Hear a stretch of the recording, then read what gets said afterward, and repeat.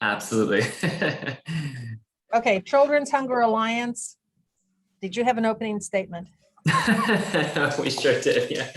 Yeah. Our opening statement is that we're extremely grateful. We really appreciate the just investment, and it was incredible. I'm sure we'll dive into a little bit of that and what we're hoping to achieve this upcoming year from Jared and Kelly. But just want to say thank you. We really appreciate that. We know that you guys do an incredible amount of impact in the community, and we're grateful to be a part of that. So thank you. Welcome. All right, so I'll start off by saying I'm Ruth Cleet, the trustee, and then jump to Frank. I'm Frank Hicks, board member. Hi, Andy Kusher, board member. Hi, I'm Kelly Malcolm. I'm with the Children's Hunger Alliance, and I'm Director of Corporate and Foundation Relations. Hi, everyone. I was muted a second ago. I was talking to myself. Jordan Cleet Kusher, Program Officer for the Elsa Sewell Foundation. Hi, I'm Jared Berger, Director of After School Nutrition at Children's Hunger Alliance. And I'm Josh Montgomery, and I work on the development team at Children's Hunger Alliance. Okay, well, why don't you bring us up to date on what's happened since we last talked? How are you surviving the pandemic and things like that? Well, perfect. Yeah, it doesn't feel like long ago we were having this conversation. I just spoke with Kelly this morning and I said, I very well remember having a conversation with you all last year. I am pleased to report that I am at my grandma's house today in small town, Ohio, seeing her for the first time in a year. So very exciting, and a sign that the world's getting a little closer to back to normal. During the last year, with support from you guys, we were able to utilize those funds and that support to continue to provide summer meals in Dayton and Cincinnati. And really, we saw tremendous numbers and tremendous success with our partnerships in Dayton due to flexibilities we had, and in Cincinnati, due to flexibilities we had in place with the USDA last summer. Because of the pandemic, we were able to far exceed not only the number of meals we served, but also the number of partnerships and sites that we were able to provide meals to and with. What I mean by that is, in traditional times, we have to serve programs that qualify at or over 50% free and reduced lunch. But last summer, because of the pandemic, we were able to serve sites that qualify at or over 30%, which actually allowed us to serve meals at all Dayton library locations, which is a wonderful, wonderful partnership. In fact, some of the meals, what we found is some of the programs that qualify under 50% have been some of our largest and highest need programs that we have served throughout the pandemic, which really tells you quite a lot about how the pandemic has really reared its ugly head, and communities that might not have had a need prior to COVID now do now.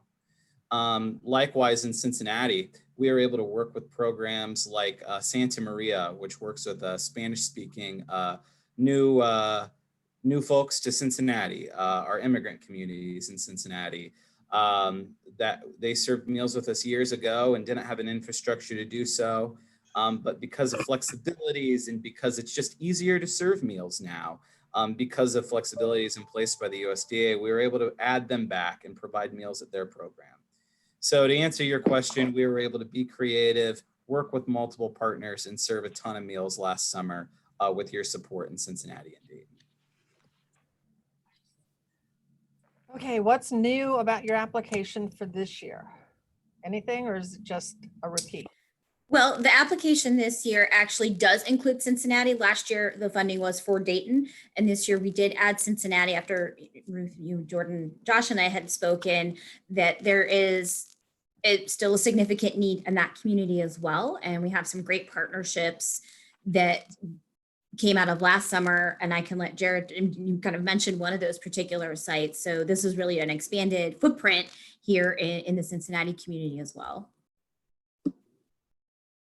Yeah, and excuse me, I preemptively, I spoke about Cincinnati last summer, but my apologies for that. My apologies for that. Yes, We are adding new partnerships across the state, as Kelly says, this summer. Of course, our meal service will be utilizing flexibilities in place with the USDA to make sure that we're able to provide as many meals as we can to as many partners as we can in Cincinnati and in Cleveland. Of course, we have a goal of serving 18 partners in Dayton this summer and 24 partners in Cincinnati this summer. In Dayton, our primary partner is the Metropolitan Libraries, as I mentioned earlier. And in Cincinnati, our primary partner is the Cincinnati Rec Centers. And when I say primary, that does not mean they're our exclusive partners, but they are our largest multi-site partners. In that the libraries have, they'll have about 12 to 16 programs that serve with us this summer. And the Cincinnati Rec Centers will have about 14 to 20 programs that serve meals with us this summer. And is that service daily, weekly? Yeah, it's a great question. In the case of, and let's use the Cincinnati Rec Center. In the case of the Cincinnati Rec Centers, those are congregate programs. So the kids come to the program daily and they receive their meals. This year, they'll actually be receiving breakfast and lunch meals from us at those Cincinnati Rec Centers.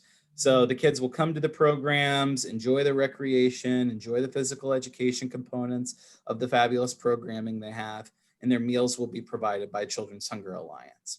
Whereas the Dayton Libraries do it a little differently.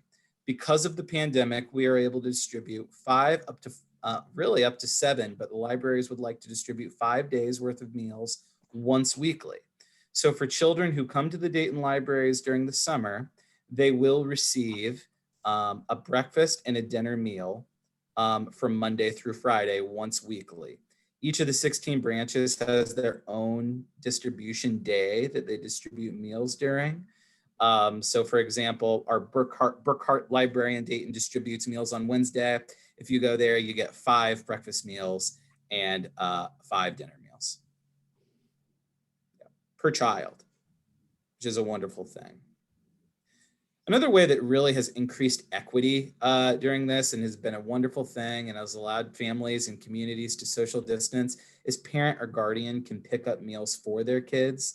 Those flexibilities are in place until the end of September, which means if grandma, grandpa, mom, dad, and uncle come to the site and say, I have 4 kids at home, we are able to give them the meals for those kids, which is fabulous. Do you sign up by name or do you just show up? So in the summer food service program, there's multiple different types of sites. There'll be an open site, a site that is totally open. The Dayton Libraries, for example, there's actually no registration that is required. And you never have to share your first and last name, which is fabulous for anonymity. There are also closed enrolled. There are actually also closed enrolled sites and open restricted sites. Very seldomly will we serve closed enrolled sites. Those are typically for very specialized programs. That means only the kids on the enrollment can receive meals. But a Cincinnati Rec Center would be what's called open restricted, which means the kids who are at the program are the ones who have enrolled. These are free programs with the rec centers, but have enrolled, filled out the necessary paperwork, and the primary goal is to feed the kids in that program, but with leftover meals, they would open them to kids in the community who may come to the rec center. One way we work around that is we always try to have a little extra meals on hand for those kids that happen to pop in the rec center so they can have a bit to eat as well. Do you ever run out in Dayton where it's just a open system? So because of the meals that the Dayton Libraries distribute, the Dayton Libraries have a specialized request, and they came to us before COVID even started with this, and said that they requested shelf-stable meals. These are high-quality USDA credible meals that do not require refrigeration components. The reason that they needed shelf-stable meals is because they do not have adequate refrigeration at all of their facilities, but they still saw a need to feed children in their communities. So as a result, we are able to make sure that we give them enough meals to where while it's possible they run out, I would say that that's a rarity in Dayton at the libraries. Well, at the Dayton libraries and at the Cincinnati rec centers, if you did not exist, if you did not provide the food for these two organizations, how would they feed children? They would have a few options, but those options would involve first, let me answer that question by starting with this. We serve both of those particular programs, and many of the outlier programs like a Santa Maria or like there's another nonprofit in Montgomery County called Dream Builders that we serve. We serve these programs in after school throughout the traditional school year as well as summer.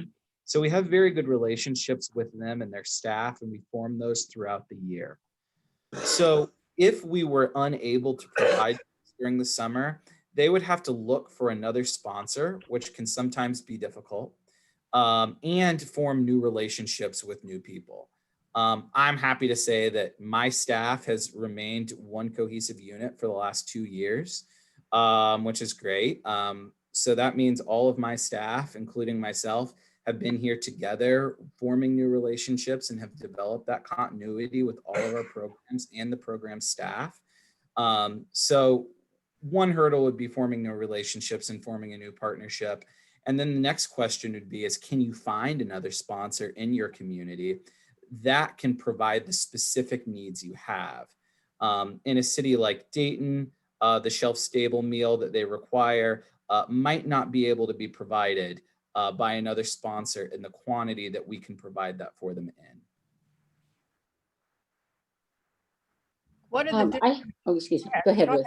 no, I'm good. Go ahead. Where is this Franklin County? If you could.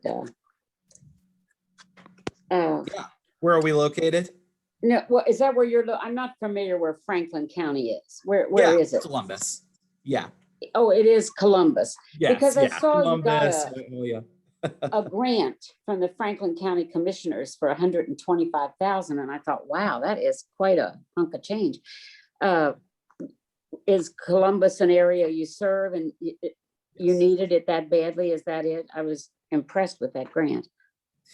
Yeah. So Kelly, you could certainly Sure. hop in on Columbus if you'd like. Yeah. Sure, Mhm. yeah. So just clarity for Josh and Jared, as part of the application, they ask for the last 2 years of grant funding. So that's how they know all of the wonderful grants we are able to get in the community. So we've had a longstanding partnership with Franklin County Community Partners. It's funding through the commissioners.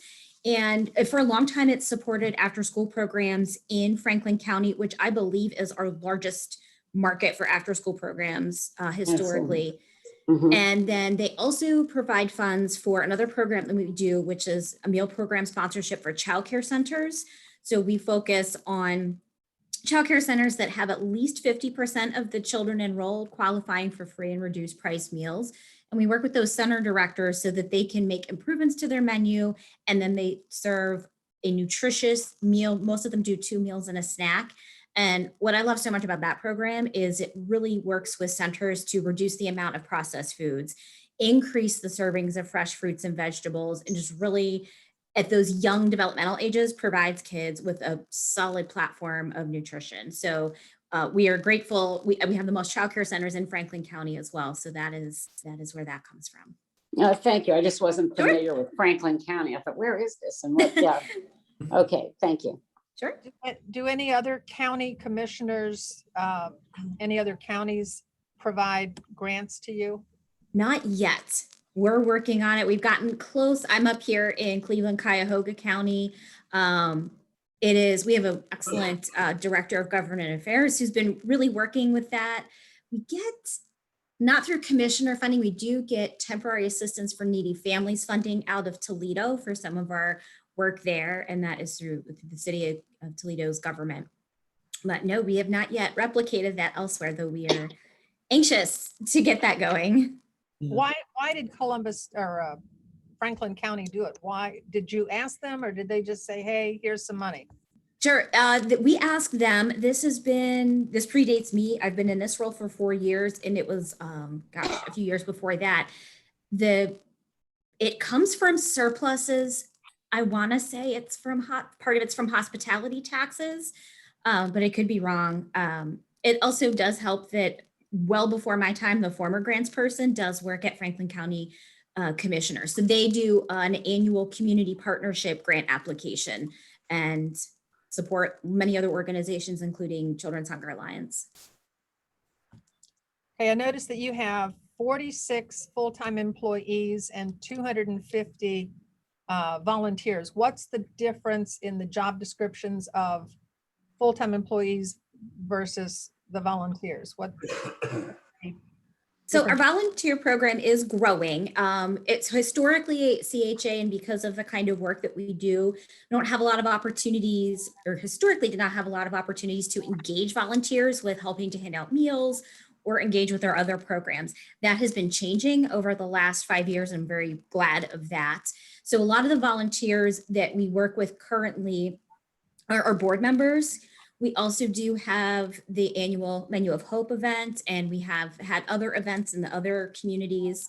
So we also have regional advisory boards out in the regions. And then recently in the last year, as Jared mentioned, a lot of the ready to serve meals that were critical during COVID when any health and safety concern was top of mind. But as we continue to move forward, we actually had the process of bringing meals and food components into Columbus, and our staff kind of had to transition in the short term to getting those back out the door. And in last summer, when things were a little rosier with COVID cases, we were able to have some corporate volunteers come in and help with packaging, getting those meals out the door. And I know Josh and Jared, you've been able to work with volunteers at meal distribution sites, so I'll let you talk about that. Yeah, the volunteers have been immensely helpful throughout the pandemic. We were able to, at the beginning of COVID, there were times where we were working with our distributors to actually pack meals ourselves.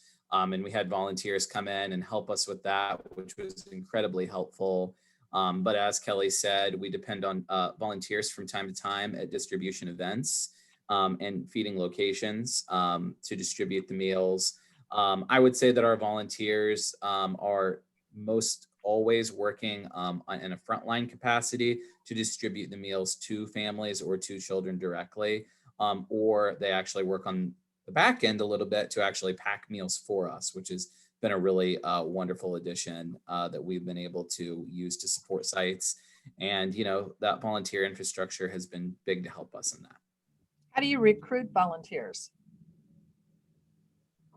Usually through our relationships with either board members, like Kelly mentioned, and or we work with a lot of different very supportive corporations. That's typically where a lot of the volunteers would come from when we reach out to them. So some of our best partners, for example, like Anthem, CareSource, they're some that, of course, being very big, wide-reaching organizations often have, you know, a very high interest in getting involved in the community. So typically we'll reach out to a lot of our best partners first, to see if because we want them to engage in the work. You know, we want them just like we would invite each of you, you know, depending on your willingness and, you know, just that opportunity to see the impact in person. You know, that's absolutely essential for us. You know, we invite anybody who's ever invested and partnered with us in the community to come out and see that in action and to, you know, even help out, because yeah.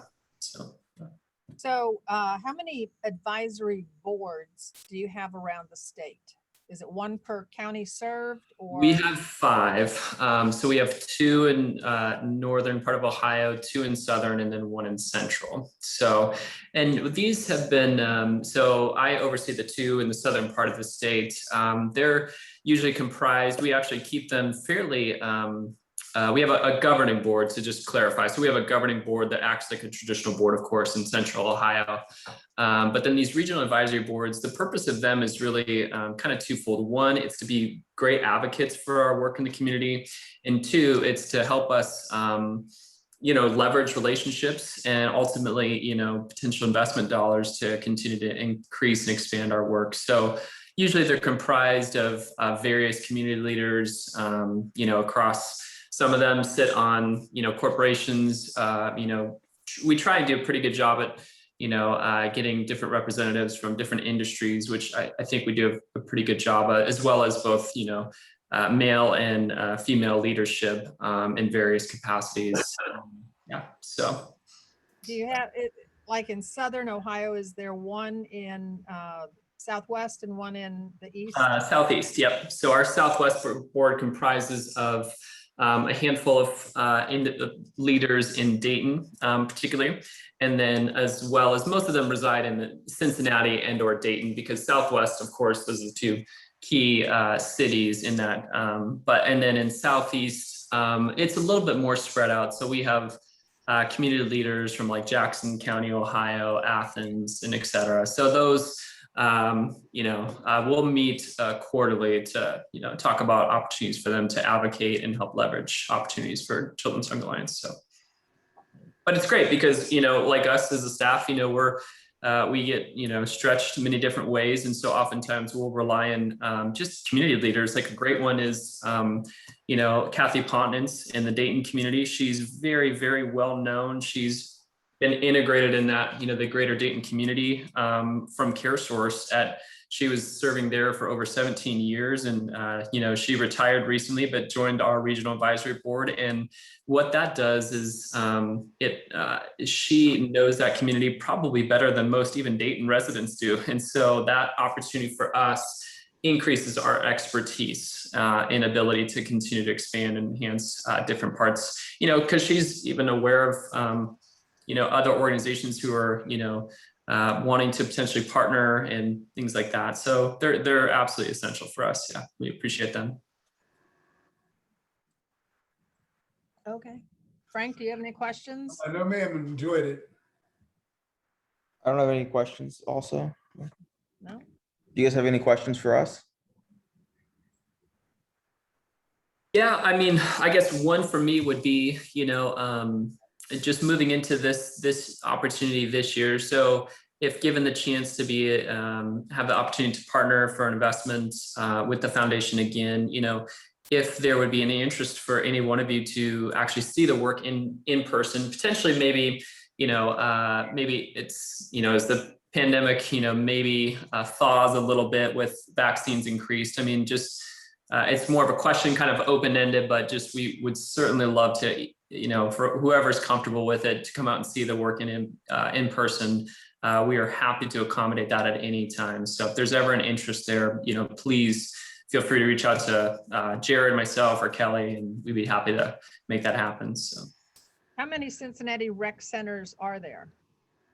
At this point in time, we're expecting applications for up to 24 sites with just the Cincinnati Rec Centers, but I would anticipate that number looking more like 15 to 17. They have some programs, some facilities. They're doing some interesting things because of the pandemic that have kind of specialized their services to just being focused on pandemic relief versus also additional programs. So that's why those numbers might look a little smaller with the rec centers, but we will see as applications continue trickling in. Well, why would someone not apply? Doesn't the Cincinnati Rec Commission tell all of their sites to apply? So there are some facilities that I can actually tell you right now. There are some facilities that from time to time will participate in just summer feeding or just after school feeding. I would say that these are usually done based off of a community assessment, determining what exactly the community's needs are and, accommodating that. But I can actually see here. Jared, while you're looking for that, I'll say it does differ from community to community. In Cleveland, the rec centers, unless one's closed for construction or something like that, they do operate very much. It seems to me with Margarita, like the rec centers are doing the program and that decision's made by the commissioner. That's right. So, but in Cincinnati, it's a little different. Yeah, it's actually pretty similar in that the commissioner makes the decision.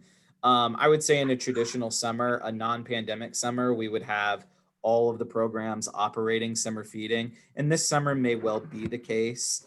But last summer, and I know that there is still some possibilities. I know there was one rec center last year that was actually functioning as a shelter for people experiencing homelessness with COVID. So they don't have kids in the facility. So that's an example of some things that could happen, or some programs that could be running where it has been decided to not have children in the building. Okay, our board meets at the end of this month on April 29th. And as you know, we usually like to get back to everybody within a week of the meeting. So you'd be expecting to hear back from us kind of the first week of May. It's kind of what we're anticipating.